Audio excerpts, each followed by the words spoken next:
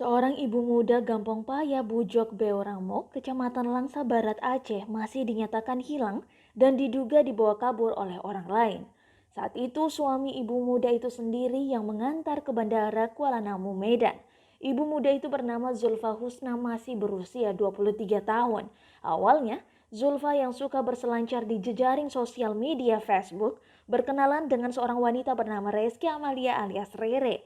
Wanita asal Jakarta itu memilih nama samaran Dedek, nama untuk pria. Zulfa tanpa merasa curiga, begitu gampang memberikan nomor handphone kepada wanita dan berkomunikasi langsung. Tidak lama setelah itu, Rere datang ke Langsa untuk bertemu Zulfa Husna yang sudah memiliki suami dan anak berusia 2 tahun.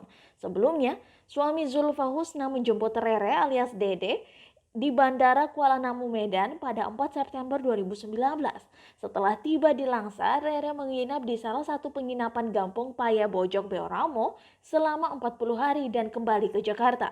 Pada 20 November 2019, Zulfa Husna diantar oleh suaminya ke Bandara Kuala Namu untuk pergi ke Jakarta. Di Bandara Kuala Namu, dia dijemput oleh 2 orang teman Rere. Dari situlah, hingga sekarang informasi keberadaan Zulfa Husna tidak diketahui lagi di mana rimbanya. Syahrizal, Ketua LSM Mitra Bersama Senin 3 Agustus 2020 mengatakan pihaknya sudah berkoordinasi dengan gugus tugas PPTPPO Pusat di Jakarta. Ditambahnya, pihaknya juga sudah berkoordinasi dengan pemantau perdagangan manusia serta aspek di Jakarta. Dia menjelaskan, LSM Mitra Bersama bergerak di bidang pencegahan dan penanganan TKI-TKW secara ilegal yang terindikasi tindak pidana perdagangan orang. Syahrizal juga menambahkan pihaknya menerima laporan dari Rosmawati didampingi perangkat Gampong Paya Bojok Beoramo pada Selasa 28 Juli 2020.